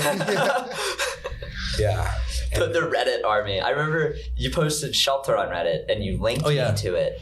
And I was like, that this went up has too. 45,000 upvotes on r/art. Yeah. And it was like, I mean, I didn't need validation that like it was a good piece. Yeah, totally. But to see that it was like on top of r/art by a very wide margin. Yeah. And all the comments were like, "This is hitting me in the feels right now." I was like, holy shit. Like, I'm almost afraid to post anything on there now because the sentiment, like, they fucking hate NFTs over there. But like when Shelter was posted, I might be misremembering, but I don't think it was posted under the guise of like, this is an NFT. Not at all. It was just like, this is digital art. But my name, my Reddit handle is Pop Wonder NFT. True.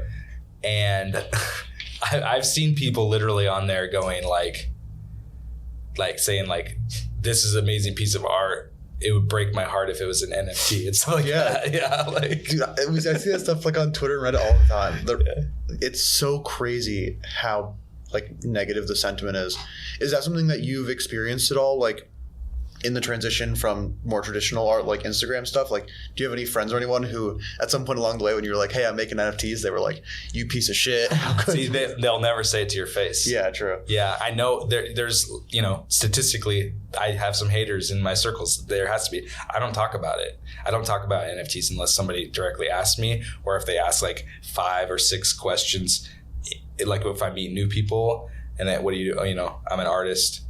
"Oh, cool. What kind of art do you make?" "You know, illustrations." "Oh, how does that work? What do you do?" "You do." And then if they're like, get to the point where like, "What do you do? You do commissions? Do you sell prints? Do you do merch and stuff?" Then I'll be like, 5, 6 do you know? layers Yeah. deep, Do you know about NFTs? And they're always like, "Oh yeah, I heard of that." But you know, if they won't say it to your face, and anybody that if I explain my position, they would go, "Oh yeah, but that's different. You're just an artist." You know, if I said I made a, you know, 10,000 PFP project and whatever, then maybe they'd think I was a scammer or whatever. Yeah. But it's like, for the most part, they're like, "Oh, but that's different. You're just like and I feel that way too. I'm like, yeah, but I'm just like a guy that's making art and selling it. People don't have to buy it. Yeah. And it's changed my entire life. So like, are you pissed? Yeah. Clearly there's something working here. Like, yeah. One thing I'm curious about, you've onboarded quite a few friends and people. Like, what are some of like the biggest challenges when you're onboarding people into the space? It's not really a challenge because you tell them about it and you tell them how to do it, and if they don't do it, it's like whatever. You know? Like a lot of the people, Twitter was the deal breaker, and it's like, really? Yeah. I feel like Twitter, I mean, I'm very biased as someone who has my phone out for like 8 hours a day most days. But like Twitter to me is like a game. It's like at the auction house in World of Warcraft or at the Grand Exchange in RuneScape, and I'm just chatting with like the whole community. Yeah. And I really enjoy it. But great. Like I understand for some artists are like, "Hey, I'm introverted. Like, hey, I don't want to do this." But like I feel like once you find your tribe, like I feel introverted. Exactly. I really feel like I'm a, you know, extroverted introvert in a way where like these events, I'll be here all week. I'll be very outgoing, and then I go home and I don't want to like talk to anybody or do anything for like a week. Yeah. But I feel like the people in the space who say they're introverted, like they still can find people that they love spending time to, even if they're like really introverted. Yeah. And I tell them like, yeah, if you already have a Twitter account and you followed a bunch of politicians and celebrities, it's going to suck. Yeah. Just make a new one. Make a new one. Start your algorithm from scratch. Yeah. Only Web3 people. That's where I show my list. Yeah. I'm like, I have a list of 500 people. Just follow this and like go down exactly. Yeah. And so, and like I said, I only had a couple thousand Instagram followers, so it's not like. So I was like, oh, let me try to build this up, because I got onto Instagram like later after the era of like any artist that's like dope that starts up is going to get like 50,000 followers. Yeah. But I got on Twitter where it's like, if you're an NFT artist that's dope, that like, does the thing and hangs in there, you're going to get some followers pretty quickly. Yeah. But yeah, I mean, as far as like, it hasn't been a challenge to answer your question, because like early on, right when I got Lurk on board, he was like, hey, have you heard of Clubhouse? And I was like, yeah, I actually just got an invite. Some show deer gave me an invite, and I was like, another app? No way. But then I like went there and I was like, okay, this is cool. You don't even have to like you can just go into a room. Nobody's going to like, you just can sit there and listen. Yeah. And then like immediately Lurk was like, I'm going to start the Lowbrow Art Collective on Clubhouse. And right then is when I like met all these dope Sazcorp, Brian Romero, Brian Morris, all these like, amazing artists, and we're hanging out in there and they're talking about all the cool shit they're doing, and I'm looking at their Instagram, oh god damn, these guys are dope. But they're like including me like right in there with it, and I've always I got those people's back. That's the vibe I get from the Lowbrow community. They're very, very inclusive. It reminds me a lot of the photography community, where like if you create dope stuff and throw it out there, like they welcome you with open arms. And we spent so much time talking about how to do this stuff, and like when people have questions about, I mean, like half the time we're talking about MetaMask and OpenSea and like how to like do all this stuff. And people are like, oh yeah, just hop in like a private room with me right now. I'll walk you through the whole thing. Especially like when we all started getting on Tezos, because they're like, well, another wallet, that was kind of a crazy era. Whereas like in those Clubhouse rooms, you like put your number on your profile picture of the number of the object. And then people are like, hey, shout out your number. You're like 42596. People like looking it up. I wasn't even in Clubhouse for this. So like people would make their name the object IDs. It would be like the PTR. It's called on there. Pull to refresh. It's the PF, like your profile picture on Clubhouse. Okay. They would like, you would just like make a little thing and put it on there so that people could like, and like everybody's thing on there was just a number or the piece of artwork with the number over it. And then you go and you just type it into Hicketnunk and it's 2 Tez and you're like, oh, sweet. And God, the Tezos user experiences. Yeah. Oh yeah. It's crazy. I feel like there is a lot of good art on Tezos. Like if you're someone in it for the art and you just want to collect good art for affordable prices, definitely. I send people to Tezos. Yeah.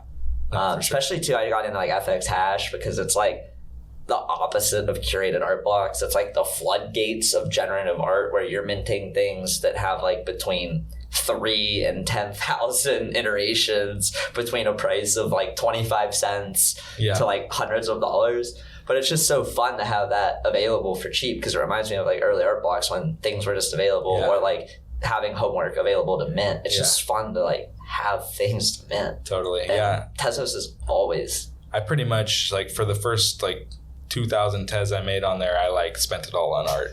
Yeah. I kept buying the fuckers, the Tezzards. I bought one. I have 7 or 8 from like a. I bought one for like 600. Yeah, 700 Tez cost base. I was buying like rares. I'm like, look at this tongue.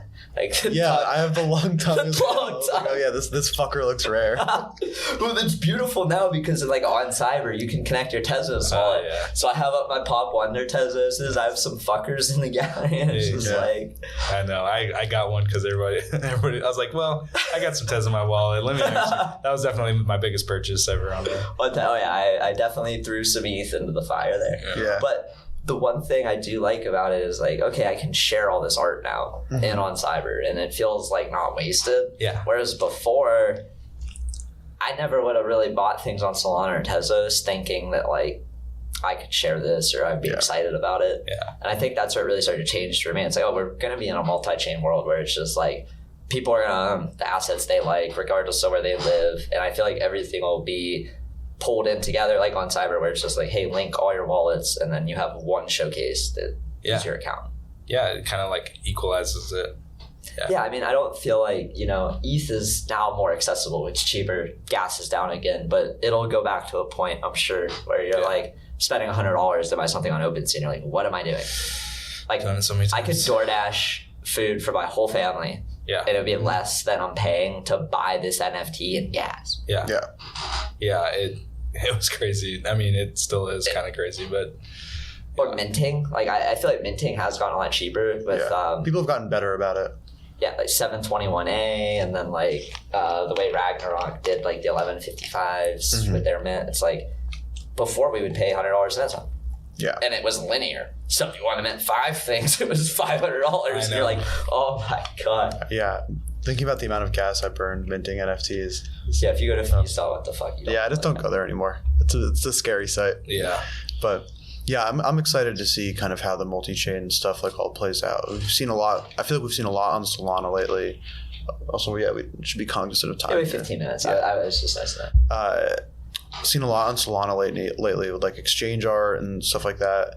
And I'll be curious to see kind of how people end up valuing, like when an artist has, if they have very similar one-of-one work on different exchanges, like different marketplaces, different blockchains, like how much is ETH still kind of like the Manhattan of NFTs, and is it just more valuable to own, a Pop Wonder one-of-one on ETH as opposed to Solana or Tezos or something like that? And it'll be cool to see kind of how that all plays out. But also I think it's really nice for an artist because you can kind of separate different kind of categories of your work and be like, this is my high art stuff that's on ETH L1 and it's going to cost a lot, but like this is where people really value stuff. And for just a more regular collector, maybe it will be on Solana or Tezos or something. Yeah. And like, if you feel that urge to like keep creating and do something different, because I encourage people to have a very cohesive style because it really helps for people. People want to know what they're going to expect out of you and everything. But like, that doesn't mean that you don't have other ideas and other styles you want to do. Just do them on a different chain or a completely different collection or whatever. So like branching off of this, and I'm curious if you know anyone, I don't expect you to dox them, but do you know any artists who have a fake or anonymous Twitter / Tezos account where they do a completely different thing? Because I won't say any names, but I know of at least one artist who is not a generative artist who started doing generative art on Tezos under a completely different name to just see like, can they do this without their name being tied to the art and will people like it? And I only know one person, but I'm curious, like, have you ran into anybody like that? I literally, honestly I don't know anybody that's doing that, but we've talked about it. Yeah. It's come up. I've thought about it. It sounds really fun. I think it's like a really unique thing in the crypto space where you can now be like an anon artist that just like 180s your side. You could be a photographer who's like, I'm going to do gen art. Yeah. I mean, it sounds very appealing to me. The only thing is like, do you want to dedicate that time to it? You have to redo it. I feel like it's like you have to really just love that like new art style and really want to learn it. But it is a big commitment to be like, hey, I've created this massive brand recognition for my doxed name. Yeah. And now I'm just going to tell less than, a dozen people or so. One of the reasons why it's appealing to me is because like, then I can like say, okay, well, would people respond to this other thing without knowing who I am? Yeah. It's like it would be more validating if that became successful as well. Yeah. And if it doesn't, you can just be like, oh yeah, it's not myself. Yeah, and I almost feel too like you can kind of almost make your anon like persona part of the art to a certain extent, or like more so than like just Sartoshi. Yeah, exactly. I mean, I started thinking about Sartoshi. Like, who is this dude? Yeah. Like it's probably I very much feel like Sartoshi is somebody active on crypto Twitter. Yeah. Yeah. It's probably like Kobe or something. Like it's just like trying to think of like those personalities that come up. Yeah. Yeah, and I think you could also like, I'm really interested to see more artists do like in a similar style to what Sartoshi did, kind of these like very much so moment in time things where like right now I feel like it's really hard as an artist, especially if you're doing like open editions or bigger things. There's this level of like commitment that I think that collectors feel they are like owed after an artist, like after a drifter sells out his massive open edition. I think a lot of collectors like incorrectly have this expectation from him and what he should be doing with that, to where he's like kind of tied to it for a very long time. Yeah. And so I'm like curious, I'm excited to see people experiment more with like, here's this thing that I'm making, and then like, I'm not going to ever talk about this again, or I'm like, this persona is going to kind of blow up and disappear. And like, if you actually like the art, then buy the art. But otherwise, like, don't buy it because you think I'm going to pump your bags for the next 10 years.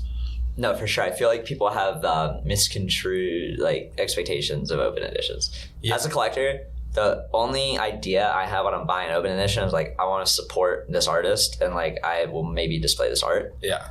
Never is it ever thought of as like, especially this open. is the flip. Yeah, no, that's not the flip. Like, the only time I did open was Nifty Gateway, and I did 6 at the same time because I knew that if I did 1, it'd probably sell too many. So the 6, none of them went over like 80, I think. Was that the one where you had to collect all of them to get the 101? Yeah. Yeah, that was a very unique gamified thing where you're like, here's all these different pieces that make this a master. Yeah, and that was like, I was thinking about it. I was like, if I'm going to do a Nifty Gateway drop, it's got to be something different. It's got to look a little bit different and unique to that collection, and there's got to be some sort of wrinkle to it to make it interesting. I can't just like put some more Pop Underworld over there. Yeah. So I did that like isometric perspective, almost like a video game map, and they all went together. I spent about 100 hours on that thing. Yeah. And because it's not like I did a piece and then just split it into different pieces. It's full. I literally made because each piece is full resolution, 4,000 whatever pixels, and I like put them together and made sure all the seams, there was no seams and stuff like that. And so that was really fun. I feel like I hope 180 the conversation with this question. Do you read books? Like, do you have any favorite books? I'm an audiobook guy, and they're mostly like nonfiction, some business stuff, and some like any books that just like stick out to you as being like very impactful on changing like deep work, like Cal Newport.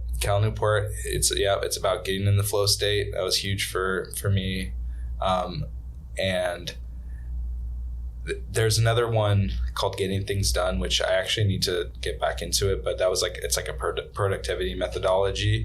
And that was like when I really had that really rolling, it was really going really good. Yeah. And it's kind of like fallen to the wayside now, but I kind of need to get back into it.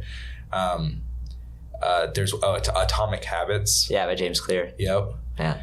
Just saying, if you show up every day and do a little bit, then it compounds, and eventually, and in the same way with bad habits, the most important thing from that book for me was when he said like, don't basically like skip twice. Like if you miss the gym tomorrow, like do not miss it the next day. Like if you eat like shit today, like eat well tomorrow, and just like make sure you break up that, so you don't just slide for like weeks or months. It's like, just make sure if you slip one day, it's okay, but go back on track. And I didn't realize how much it impacted me until I went back and listened to it again. Yeah. And I was like, oh, okay, like this, I really took a lot of this to heart, because it's also like, think of the people that you admire and that you want to be like, and then just do what they're doing. Work backwards. Do what they do, and even if you're shitty at it, or doesn't seem like it's doing anything, it compounds, and eventually, and I was like, okay, if I get up at 4 a.m. between deep work and Atomic Habits, I get up at 4 a.m. and draw every morning, I'm going to get good at it. There's just no way around it. Yeah, it's great that you had that perspective too, because I feel like so many people have like such a defeatist mentality. And it's like, we live in a world where things are often presented to us as bad and bleak in the end of times. But like, we have so much opportunity with the internet, being online and being connected to everybody. Like, you should always be optimistic and like looking at the bright side of things. And I'm really annoyed. I mean, I'm annoyed with like the anti-work movement, which I get because I don't want to have a job or work for somebody, but like you can't let that bleed over into also not like taking care of your shit and like working on whatever you're into. Yeah. You're like not cleaning your house, living in filth, like not taking care of your body. Or if you hate your job and you're not getting paid enough in whatever, like I've been there, I've had like 30 shitty jobs, but I was always like, okay, let me start, and people are even against like the side hustle culture, which I mean, I get it, but it's like, what else are we doing here? Like do something cool that you like doing. And people are like, if you make whatever you love your job, then you'll end up paying. It's like, no, you don't. Yeah. I mean, look at my job. Yeah, I like vibing. Yeah. So anyway, I don't know. I think people should definitely always be looking to improve themselves. Yeah, I think in general, like a lot of the themes that I've pulled from a lot of that stuff, and like Deeze was saying, is it's just almost never worth it to not be an optimist. Yeah. Like, you can like maybe get some clout on Twitter if you tweet some really depressing shit and like talk about how everything's like totally screwed all the time, but like so much of life just is way better if you're like, no, like maybe this is gonna be hard, but I could probably figure it out and I'll make it work. And yeah, like there's so much value in that. Like even just like stuff that you don't actually think about, just like in your own mentality in life and all that. Yeah. I haven't checked a quote from somebody, but it's basically like, I would rather be optimistic and wrong than pessimistic and right. Yeah. Because if you're pessimistic and right, you just like, you're cheering at everyone's funeral. Yeah. Yeah. Yeah, totally. Yeah, I've definitely enjoyed, like, I'm a big audiobook and podcast guy as well. And my two like things is I'll listen to like really fantasy heavy sci-fi audiobooks, and then also like more like nonfiction stuff. One of the ones I really enjoyed is I don't totally always agree with the author's opinions on things, but it's Talking to Strangers by Malcolm Gladwell. And that one was really interesting to me. It's all about like how bad humans are at talking to people that they don't know and understanding them, and like how much of life and like the challenges that we've had in life are just like when you're talking to someone who you don't really know, you don't know how to read them, and it's just like basically a miscommunication because you don't actually know who they are. And it's like definitely been very informative to me of like generally giving people a second chance if they're rude to me or something, of like there's probably a lot of shit going on in their life that I don't know about, or maybe I just don't know how they talk and they're just really sarcastic and they mean it in like an endearing way and things like that. Right. I have an interesting question somebody asked me for the first time 2 weeks ago, so I'm going to ask it to you. If you were to write an autobiography about your life, what would you title it? Shit. They put me on the spot with this one. It was so good, and I was like, I got to ask this. Shit. That is a good question. Yeah, that would definitely be something I'd want to workshop for a while. I know. I came up on the spot. I'm like, I'd go with a Lindy walk. That's it. And then I just like went on to describe it. But I was like, wow, that's a very interesting question. Embrace the wrinkliness. Embrace I like it. Yeah. Because I like it. It's like a lot of different. I describe like, you know, in my artwork, if there's a little thing that you notice and go, oh, like that changes, you know, or like that makes me think of this, like a wrinkle. And sometimes I don't come up with that wrinkle until I'm like 3/4 of the way done through the piece. Like even the last one I did, This Is Fine, I was looking at it and it's like, and there's the poplin floating on his back and I'm like, it's good, but it's not like the shit. And then I put a glass of wine. I put a glass of wine on his belly. And it's like, and it also is like, the whole piece is pretty orange and burnt out looking. Yeah. And then the wine is like purple and it's like a little tiny pop of color. And I call that like a wrinkle. That makes it more impressive. And literally, I like drawing wrinkles on. You can see like. Oh yeah, no. I remember very recently you posted a 4-picture tweet that dissected the wrinkles. Yeah. But yeah, no, I think when I think of wrinkles, I think like wrinkle in time and how like, you know, there's this butterfly effect of things that you might not realize how they impact things. Yeah. Yeah, it's a good name. I like it. Sweet. Yeah. Do you have any names that come to mind for you? Man, all right. I got to think about it. By the time we finish our third podcast this week, I'll have a name, but I need more time. No, I've been on a lot of podcasts. I get asked a lot of questions. None made me like stop in my tracks, and I wasn't ready for like that. I'm like, I'm gonna take that. Right, maybe we steal that for the rest of the week. Shout out to Eshe from Afropolitan for asking that question. Yeah, that could be one of your guys' things. Yeah, I know we are coming up here on the 2 hours. Yeah. Thank you so much for hanging out with us. No, my pleasure. This is the best way to literally the best way to be able to hang with you guys. Because otherwise, hey, what's up? We're at a bar. It's loud. We talk for a bit. This actually feels really cool. Like we got to sit down and talk to you like we wanted to hang out, but then we get to share it with everybody else. And we haven't looked at our phones once. No, I feel it ringing, but it's like, I'll look in a bit. Yeah, I guess before we cut this off, do you have anything you want to, tell everyone about, or just show your bags? Check me out. Pop Wonder NFT on Twitter and popwonder.world for one-on-ones, popwonder.io for editions, and other links in my Twitter. We will make sure all the links are at the bottom so that people can see the link tree and all the breakdown of everything you got going on. Yeah, just get into it. Come hang out. Yeah. Jump into those homework mints too, people. Yeah, please. I'm sure when this is released, there'll still be a couple left for people. Just go on async.art, Music Blueprints, go and push play on some of them and listen to the tracks and listen to and see what it's all about. It's super cool. Awesome. Yeah, I'm really excited to check that out. And watch the reveals. Oh yeah, they do this. We didn't mention that, but they do this really cool layer by layer reveals that are dope. You get to listen to the whole music, you get to see your whole thing layer by layer come together, and you can watch reveals after the fact. So you just take the URL, pen your ID, and you can rewatch the reveal. But definitely check that out. Sweet. Yeah, thanks again. Yeah, thanks for coming on. All right, peace, everybody. See ya. Peace.